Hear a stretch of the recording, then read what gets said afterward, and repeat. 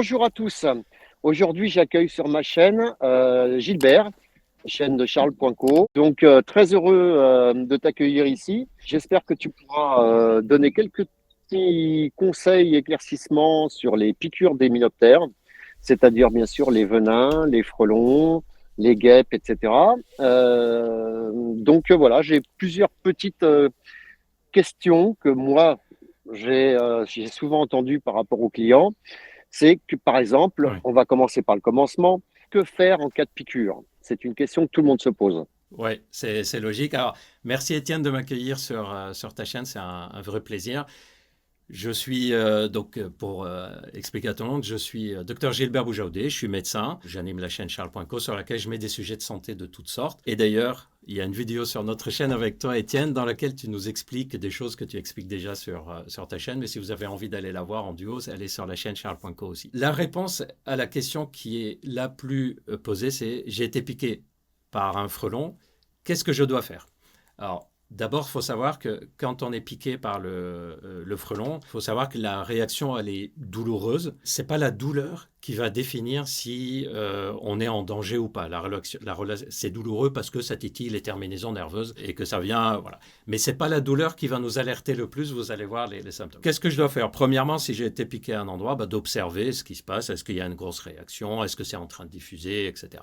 La première chose, le premier réflexe, et j'espère que ça ira pour toi comme ça, Étienne, parce que tu es quand même le spécialiste de la question, c'est d'essayer de retirer le plus possible le venin, retirer le dard et le venin. Et là, on entend, nous en tant que médecins, le réflexe, d'ailleurs si vous allez sur le site d'Amélie, de la Sécu, etc., on parle de pompe à venin. C'est-à-dire c'est un appareil qui va respirer.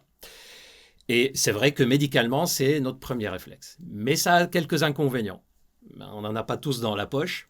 Surtout si on a été piqué, c'est qu'on est en général soit à l'extérieur, soit en train de travailler ou quoi. On n'est pas forcément à 2 minutes d'une pharmacie pour s'en procurer. Donc c'est vrai que c'est pas super pratique. Alors il y a la pompe à venin des films. Je sais pas ce que tu en penses, toi, Étienne, où on voit qu'avec la Bah, bouche, ils essayent franchement, d'aspirer. je sais que, je sais que bon, si vous aspirez du venin avec la bouche, vous en mettez directement dans la bouche. À un moment, il y a quand même un problème. Non, non. Et puis pas charcuter pour retirer parce qu'on risque de diffuser. Et donc, il reste une astuce avec cure de frelon, et je pense que tu la pratiques, mon cher Étienne, c'est que le venin du frelon est thermolabile. Thermolabile, ça veut dire que le changement de température abîme le venin, donc il le rend moins efficace ou inefficace. Et donc, une source de chaleur proche du lieu de piqûre peut dégrader l'efficacité du venin si on parle en termes chimiques, évidemment sans se brûler. Je ne sais pas si c'est comme ça que tu fais aussi, toi, Étienne. Alors, moi, déjà, j'ai des combinaisons, donc j'évite de me faire piquer, parce que Ouais, ça fait très très mal, hein. On a l'impression d'avoir un ouais, point de soudure, vous savez, un point, mais c'est c'est ça. extrêmement douloureux. Et après, ben, en fait, c'est l'eau chaude, c'est pas mal. C'est-à-dire qu'un cumulus en moyenne, mais bon, faut aller très vite hein, pour le faire. Un cumulus, c'est 60 degrés, donc vous mettez eau chaude, eau froide, et vous enlevez l'eau froide très rapidement quand vous pouvez plus tenir sous la Mm. chaleur. Évitez de vous ébouillanter, hein. Hop, C'est vous ça, retirez et théoriquement, le venin a été annulé si vous avez c'est été ça, très rapide. Après, un c'est ça. briquet, je ne sais quoi, Un briquet, un une sèche-cheveux, cigarette, un si, ouais, sèche-cheveux, voilà. Vous saviez bien sûr que le dard du frelon était lisse, donc c'est une aiguille, contrairement à l'abeille, par exemple, qui s'arrache l'abdomen. Donc avec l'abeille, il faut ouais. faire très très attention, c'est totalement différent. Il faut pousser le dard à l'extérieur, surtout pas le pincer. Il faut le pousser comme ça à l'extérieur pour l'enlever. Par contre, avec le frelon, c'est une aiguille, donc il peut vous piquer une dizaine de fois. Attention. D'ailleurs, c'est une des dangerosités du frelon. On en parle sur la vidéo qu'on a mis sur notre chaîne. Donc, premier réflexe, essayer d'annihiler l'effet du venin avec une source de chaleur. Deuxième réflexe que je conseille, si c'est au niveau des mains, d'enlever les bagues, les bracelets que vous avez, parce que si ça gonfle, ça va comprimer, ça va empêcher la circulation de sang, puis vous allez vous retrouver avec une bague qui comprime le doigt que vous ne pouvez plus retirer. Si c'est au niveau du cou, d'enlever les écharpes, les colliers, etc. Donc, c'est des réflexes à avoir. Là, je vois que tu fais ça, c'est pour la piqûre au cou, non? Allô, au secours. Voilà, ça fait partie des choses pour lesquelles il faut avoir un réflexe immédiat et je vais en parler juste après. La désinfection, ça peut se faire avec de l'eau, du savon. Si vous n'avez pas un désinfectant sur vous, c'est plus une précaution. Alors, il y a une particularité, c'est qu'on a parlé de la chaleur pour inhaler l'effet du venin. Par contre, une fois qu'on est à distance, parce que comme ça fait mal, on est à 15, 20, 30 minutes de la piqûre, là, vous pouvez appliquer de la glace. C'est-à-dire, dans l'immédiat, c'est plutôt la chaleur. À distance de la piqûre, on peut appliquer la glace qui a un effet anti-inflammatoire naturel en fait. Si on applique de la glace, attention, pas le glaçon directement sur la peau parce que ça brûle, la glace brûle la peau. On met dans un sachet, on met le sachet dans une serviette et on applique. Autre conseil, on a été piqué. Dans les 30 à 60 minutes qui suivent, on évite d'être seul parce qu'on ne sait pas si on va mal réagir ou pas. Il vaut mieux être accompagné dans le cas où il y a une mauvaise réaction. On évite les efforts intenses, on évite d'être en plein soleil et en train de continuer à travailler, de faire des activités physiques intenses, parce que ça va d'une part faire diffuser la circulation sanguine, donc s'il y a un venin, ça va se diffuser, et aussi parce que si on fait une mauvaise réaction dont on va parler, si on est déjà en état de fatigue physique, la tension qui a augmenté, le cœur qui a accéléré, ça va aggraver les signes Le choc. voilà, du choc avec le venin. Donc, c'est les premiers réflexes à avoir. Et ensuite, les autres réflexes, c'est de savoir repérer les signes de gravité. Ça va être le truc le plus important. Tu l'as dit, Étienne, ça fait très mal, la piqûre de frelon. C'est lié à la dose du venin, au fait qu'il pique plusieurs fois, il y a l'acétylcholine. Mais une fois de plus, ce n'est pas la douleur qui est le signe de la dangerosité.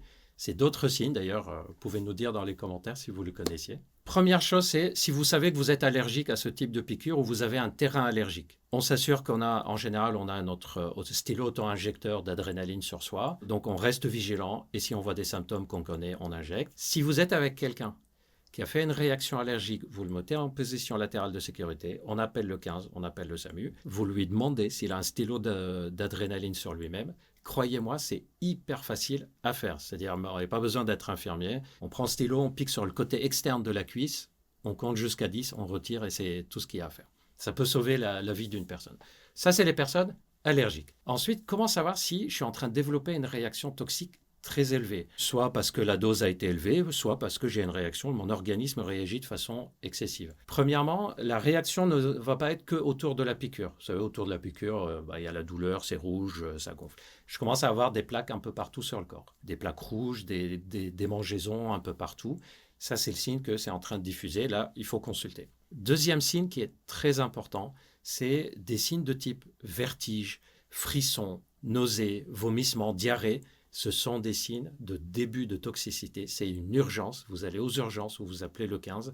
Ça, c'est des signes de toxicité. Troisième signe, ça, c'est un niveau plus élevé. On commence à avoir du mal à respirer. On commence à ne pas être vigilant. On commence à perdre un peu conscience.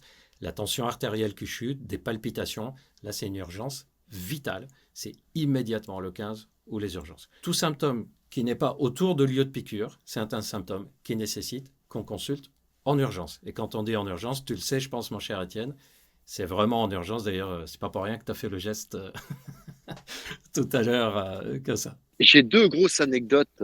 Une personne m'appelle, une jeune femme, prof à Mont-de-Marsan, elle se reconnaîtra peut-être, qui me dit, j'ai un nid de frelon dans ma boîte aux lettres. D'accord, patati patata, je lui dis envoyez-moi l'adresse. Elle m'envoie l'adresse, je lui dis écoutez, je suis pas très loin, je vais passer. Et à la fin de la conversation, elle me dit oui, parce que essayez de venir assez vite parce que là, je sors de la douche et je suis comme une écrevisse. Je dis pardon. Oui, oui, je suis comme une écrevisse, ça me gratte dans tous les sens. Elle avait 30 ans, cette dame. Et je lui dis ok, j'ai raccroché, j'ai pris le SMS qu'elle m'avait envoyé, je l'ai envoyé directement aux pompiers. Les pompiers sont allés voir. En fait, la dame avait fait un choc anaphylactique. Ah oui. Donc grave. Et c'était une dame pourtant qui était bien dans sa tête. Mais elle a pensé, au lieu d'appeler les pompiers, elle a pensé à m'appeler à moi. Un Ouais. truc inconcevable. Alors c'était assez marrant parce que bien sûr, elle a témoigné. Et elle me dit, je ne sais pas pourquoi je vous ai appelé à vous.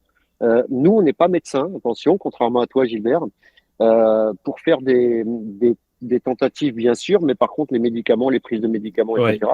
Moi, je dis, appelez le 15, appelez un médecin. Toujours. Ouais. En cas Voilà. de Hein. doute, ça peut sauver une vie. Par contre, Je pense qu'il y a une explication pourquoi elle t'a appelé toi. En tout cas, je me permets une explication Bien médicale sûr. sans connaître Mmh, le dossier.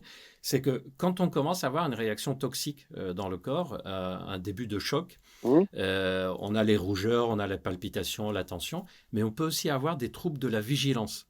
ouais, mmh, Et donc, il est possible que le fait, comme tu dis, bah, elle était normale, cette dame, elle a eu le mmh, réflexe de t'appeler toi au lieu d'appeler un médecin. Probablement qu'il y avait déjà des petits troubles de oui, concentration, de vigilance, c'est ce que j'ai d'où pensé. l'importance, Mmh, d'où l'importance quand on se fait mmh, piquer de ne pas être seul dans l'heure qui suit. ouais, C'est bien sûr. encore plus important d'être vigilant là-dessus. Et tu Mmh. avais une autre anecdote, je pense, t'as Et dit? j'ai une autre anecdote qui peut arriver à tout le monde aussi. C'est-à-dire une personne s'est fait piquer sur un chantier. Elle était salariée d'une entreprise quelconque et elle a pris plusieurs piqûres. Elle est partie avec sa voiture Hmm. personnelle. Elle est partie chercher des antihistaminiques dans une pharmacie. Donc elle était à un quart d'heure, Ok. 20 minutes de route. Elle l'a admis, hein, après c'était idiot, hein. Quand elle arrive à la pharmacie, elle est tombée dans les pommes. Elle a Ouais, pris la et voiture, donc signalez-vous et ne restez pas c'est tout ça. seul. Très important. Tu as fait le geste comme ça tout à l'heure. Mmh. Tu n'as pas fait le geste comme ça. C'est-à-dire, tu as dit appelez, pas prenez la voiture. Et tu as 100% raison. Ben oui. Surtout pas. Un choc anaphylactique ne Pour rappeler prévient ce que c'est pas. un choc anaphylactique, voilà, toi tu connais, Mmh. voilà, choc anaphylactique, ça veut dire état de choc, on ne parle pas de choc psychologique, hein, on parle d'état de choc cardio-respiratoire, c'est-à-dire le cœur ne pompe plus correctement le sang, la tension chute de façon très forte. Et c'est des personnes qui se retrouvent sous perfusion d'adrénaline, je dis bien perfusion Mmh. d'adrénaline, Mmh. d'épinéphrine, perfusion de cortisone, d'antihistaminique. Et si on n'agit pas très vite, c'est mortel. Donc, quand on a été piqué, c'est pas pour faire peur, c'est de la Il précaution. vaut mieux passer pour un idiot plutôt que prouver qu'on en est un. Ça, c'est Complètement. certain. J'ai une question que beaucoup d'internautes doivent se poser. Souvent, et ça j'en profite que tu sois là Gilbert, souvent les gens se font piquer par exemple à la main, n'ont rien, et 24 à 48 heures après gonflent juste du membre.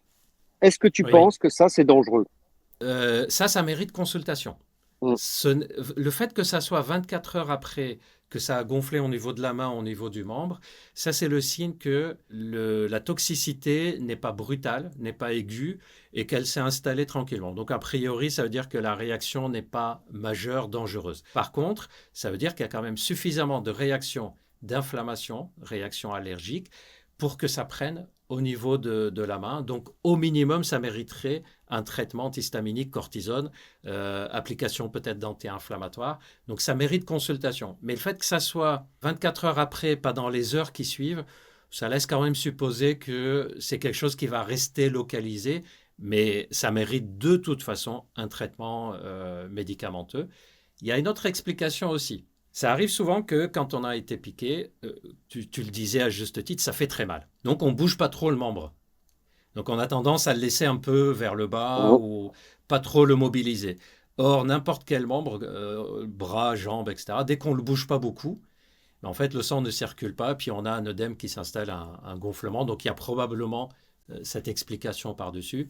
Mais de toute façon, ce qu'il faut retenir, c'est dès que j'ai des symptômes qui ne sont pas juste autour de la piqûre, mais qui diffusent ou qui n'ont rien à voir avec la piqûre, du mal à respirer, Mm. mal au ventre, dès qu'on a des symptômes qui ne sont pas douleur autour de la piqûre, démangeaison, voilà, vous connaissez le geste maintenant. Pensez-y, ce geste peut sauver des vies. Ah Franchement, ouais, c'est un insecte qu'on trouve maintenant partout en France, en Europe. Là, ouais. j'étais il n'y a pas longtemps en Slovaquie justement pour en parler. Ils ont aussi du frelon qui arrive là-bas. Pensez-y, on est vraiment là pour en parler, pour Complètement. prévoir les piqûres inutiles. Et je peux vous dire que jamais, jamais un médecin va vous faire la remarque que, entre guillemets, vous êtes venu pour rien pour ce Non. type de piqûre. Et moi, j'adore, merci d'ailleurs de m'avoir invité. Je trouve que c'est hyper intéressant de faire ces deux regards, c'est-à-dire le regard de toi qui est expert de cette espèce, le regard du médecin, et je trouve que c'est super intéressant d'apporter ces informations combinées. Merci beaucoup de m'avoir invité sur ta chaîne, C'est un Étienne. plaisir pour moi que tu aies bien voulu accepter ça. Et le but du jeu, Merci c'est à que ça toi. fasse avancer un peu les choses. Voilà, que les gens s'aperçoivent du problème sans paniquer et sans prendre tout à l'extrême. On ne pourra pas mettre des zéros insectes avec des panneaux C'est un peu ça. partout. On essaye d'être c'est ça. vraiment proche de l'environnement et en sachant quoi faire. Il ne faut pas avoir peur des choses, il faut se préparer dans le cas où ça arrive. Il faut les connaître, très important. Les observer, les connaître. D'ailleurs, il y a une vidéo avec toi qu'on a faite qui est sur la chaîne Charles.co dans laquelle tu donnes beaucoup d'informations aussi sur les frelons. Vous pouvez aller la voir. Merci encore de m'avoir invité, mon cher Étienne. Merci Charles Planco, merci Gilbert. Et puis merci à tous. La suite au prochain numéro dans la joie et la bonne humeur. Ciao, ciao!